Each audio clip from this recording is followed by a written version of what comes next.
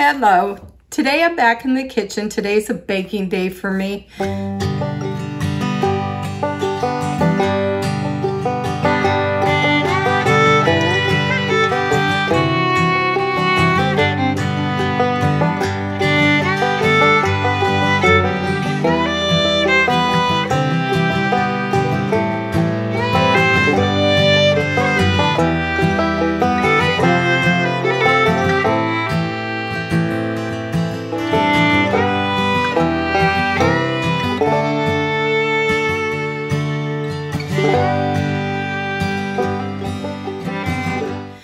Every Tuesday I make 2 loaves of sourdough bread. It'll proof in the refrigerator overnight, and then I will take it out tomorrow morning and bake it. Also, I'll be making a pound cake. This is my grandmother's recipe, and when you have a lot of eggs to use, like I do, it'll take 5 eggs per recipe. I'm only making 1 recipe today. And then we've been getting blackberries in, so Mike really wants to put blackberries on his pound cake. You can also use it as strawberry shortcake, but it's an old recipe in my family. We'll put that recipe in the description.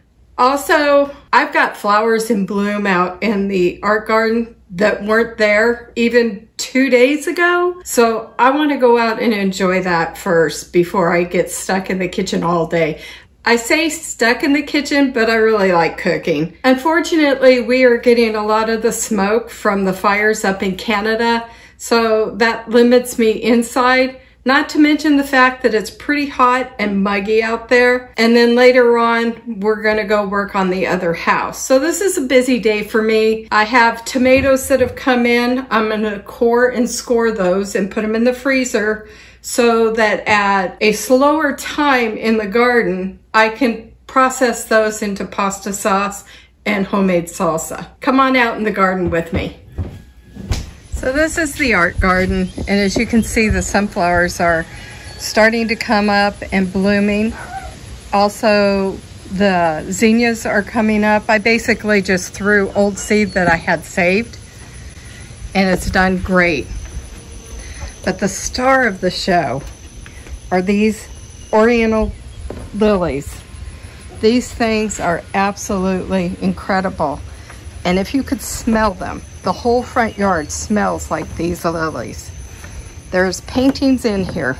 Not one, but paintings. They're still opening up. Black-eyed Susan, pollinators. But look at these. They're so gorgeous. And that one's got water drops. That would be fun to paint. My zinnias are all in bloom. My marshmallow's about spent.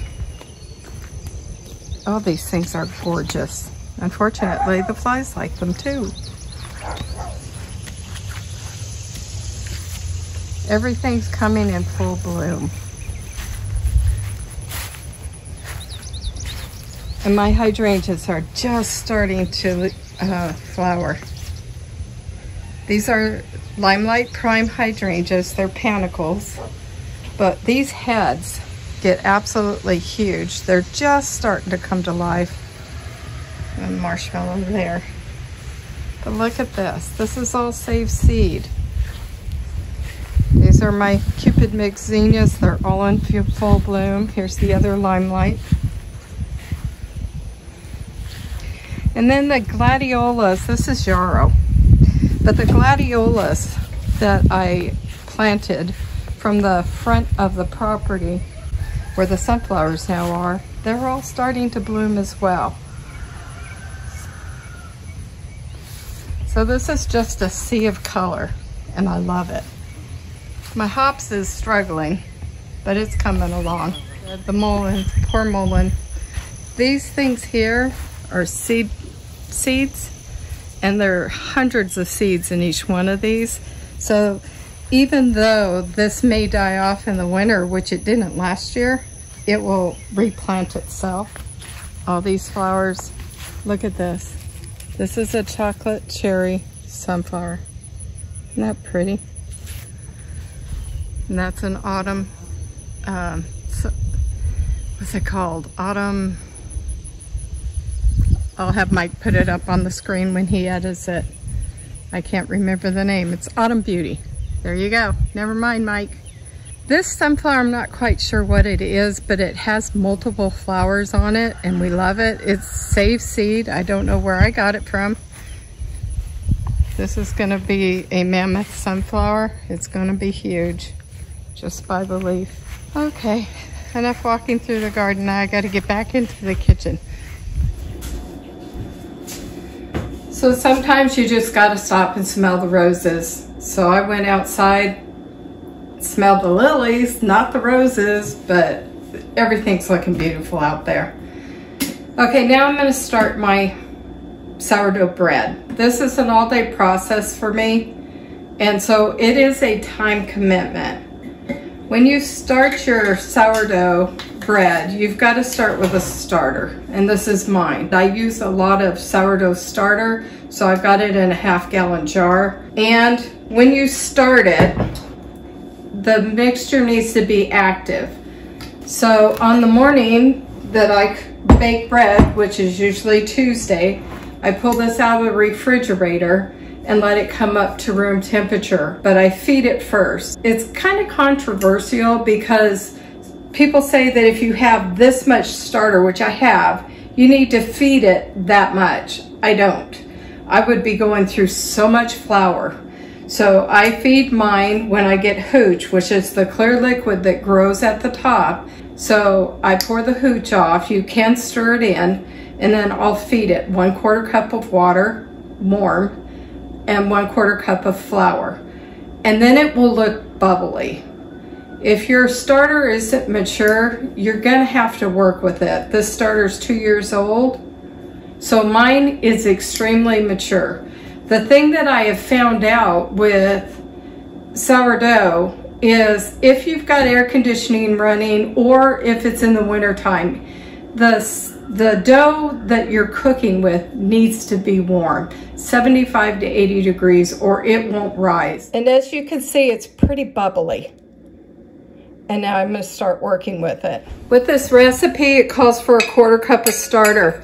I do know that if the temperature isn't right or your starter's not real active, you can add more. You can't add less, so I'm gonna use 1/4 cup-ish. And it's got a really sour smell. While this is not a sourdough video, I have several people that have asked me certain steps that I do because they are trying to make sourdough. Use a digital scale, or I use a digital scale, and I've got it set to grams. And I'll add 100 grams of flour.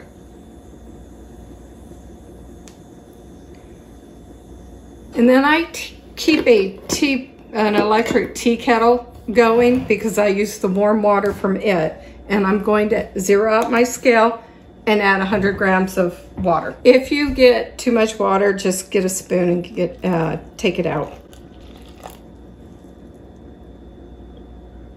Like I just did.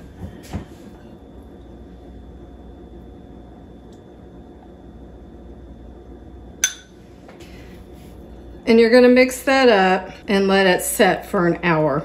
I usually put mine in a microwave. With all the fermentation I have going on, we get gnats in the house, and I don't want it in my bread.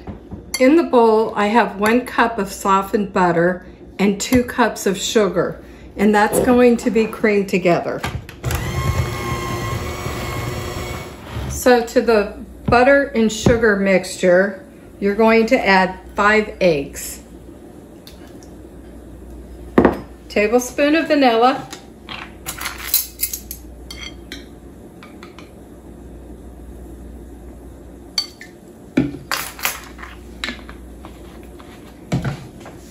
and 2 cups of flour.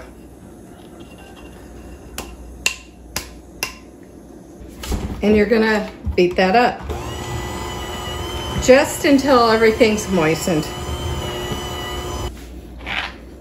That's what egg yolks should do to your mixture. These are free-range, true free-range eggs from our chickens. Look at how orange that is. All right, so that's it. That's basically it. I greased a loaf pan with butter, You should have your oven preheated to 300 degrees and it will bake 1 hour or until it's done. And as you can see, this mix is very thick. I'm not sure if they call it pound cake because it feels like it weighs a pound, because you gain a pound, or because of a pound of butter. But this is something my grandmother always made. I don't know how old her recipe is or where she got it from. It's just something we always had as kids growing up. You can elaborate on this. Some people put lemon in it. I've put chocolate in it and had chocolate. But to me, the regular pound cake is much better. Or you can take it once it's cooked and use it as your base for strawberry shortcake, which we do. We very rarely buy shortcakes. In fact, we very rarely buy any processed food. I like to home make everything. You know what's going into it. And it'll, like I said, it will go into the oven at 300 degrees for 1 hour or until you insert a toothpick and it comes out clean. So we'll see you back here once the pound cake is done. But until then, I'm going back to making my bread.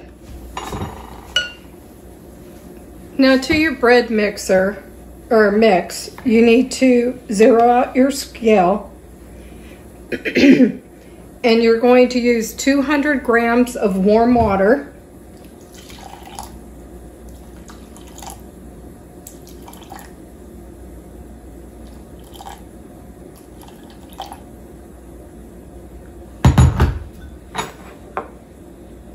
Again, if you get a little too much, sorry, the fire's around here from Canada, the smoke's coming down and it's getting in my throat. 200 grams of warm water and 300 grams of flour. So I'm zeroing out again.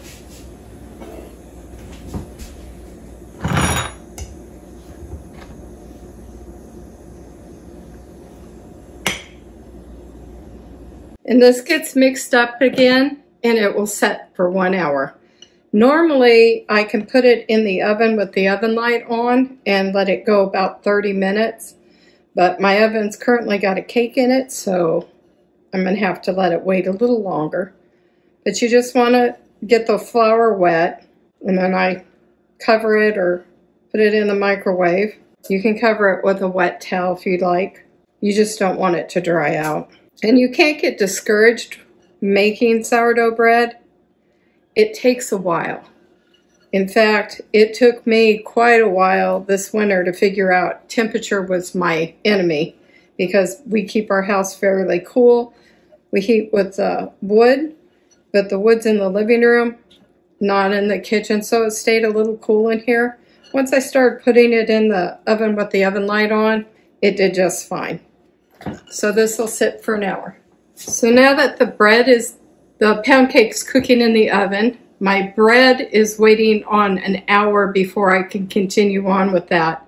If I don't keep myself busy here in the kitchen, I forget I'm making bread. That could be a problem. So tonight's taco night. And so what I have is some Cherokee purple tomatoes that we grew. And if you haven't ever grown your own tomatoes, man, you really should, because tomatoes in the store have really no taste, and these taste fabulous. So I have chopped tomatoes and garden onions that I'm going to put in the mandolin. I also have some corbachi chilies. They're a sweet pepper, not really a chili. They're a sweet pepper. And I'm going to chop those to put in my salsa. That was a brown seed. I didn't want that in there. It would look bad.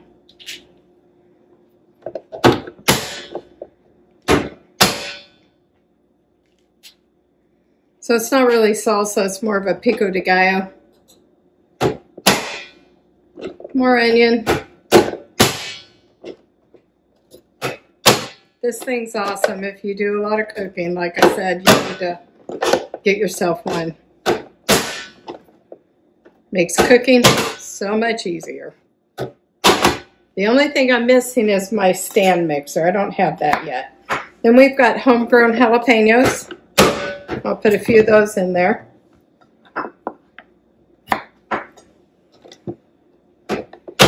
Basically, you can put anything in the soil here in Kentucky, it grows.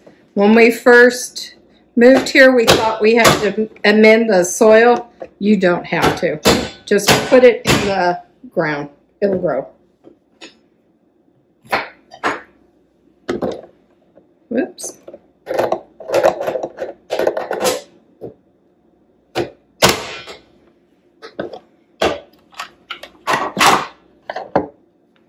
We'll add that. Might need a few more jalapenos.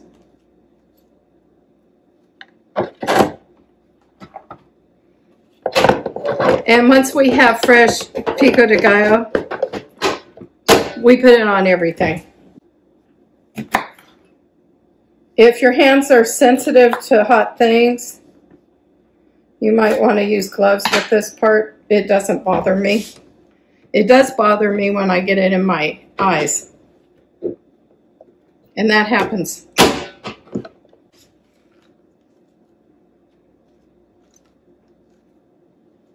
Okay. You could add fresh garlic. I'm going to use garlic salt. I find that if I put fresh garlic in here, it doesn't last as long. Things are humid here. Things stick. I'm going to add some lime juice. Normally I add fresh limes, but mine are frozen. We buy a big package of limes. And a little more. I keep them in the freezer. It keeps them from going bad. And then you're just going to stir it up.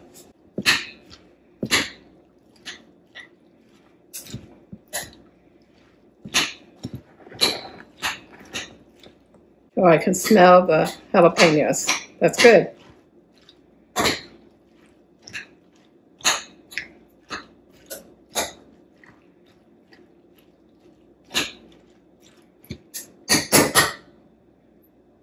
Now see if it's salty and spicy enough. That's good. And then that'll go in the fridge for dinner tonight. Now back to the bread. So the cake's cooking in the oven. Pico De Gallo's ready in the refrigerator. And it's ready for dinner. So, to our next level of sourdough, we're going to zero out the scale. And it's set to grams, and I need 200 grams of warm water. This is about 120.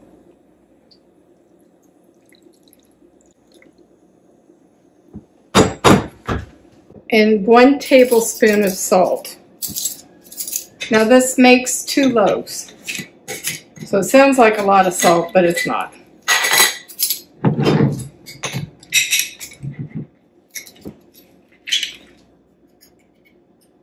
And you want to mix that. And what you're looking for is you're just kind of trying to dissolve the salt, get it mixed throughout the mixture so you don't end up with salt pockets.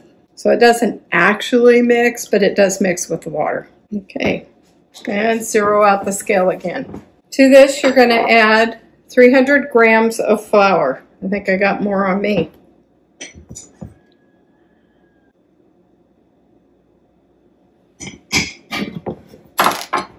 And this is where it gets messy.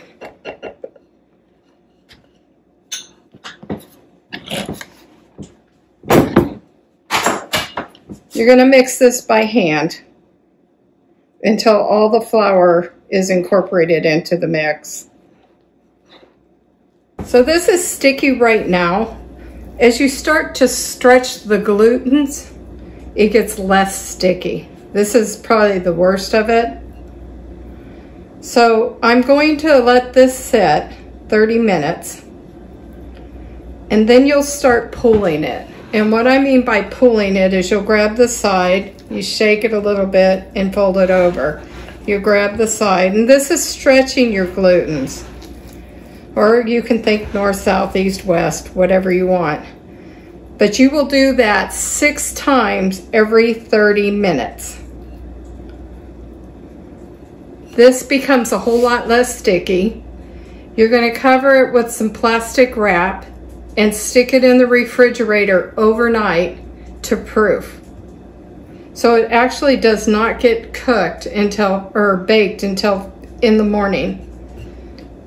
So I'll put this in the refrigerator overnight, and first thing in the morning I get it out. I turn it on a piece of, or I have a silicone mat, floured mat, and I'll cut it in 2 and I'll put it in 2 prepared pans, loaf pans, to come up to room temperature. And I put that in my oven with the light on. That way the air conditioning doesn't come on and chill it. And that's it for 30 minutes. Well, Marty has spent her entire day in the kitchen making a beautiful pound cake. I love this pound cake. You can't buy anything like that in the store. We've got fresh Pico De Gallo ready to go on the tacos. We've got taco meat ready. Marty's fried up some taco shells here. We've got some spicy carrots. Those are pickled carrots that we did last year. And of course, Marty's got some bread already in the refrigerator proofing. It'll be ready to cook tomorrow. Right now, we're going to sit down and have some dinner. Do appreciate you joining us. Please subscribe to the channel. Hit that like button while you're in there. We'll see you next time.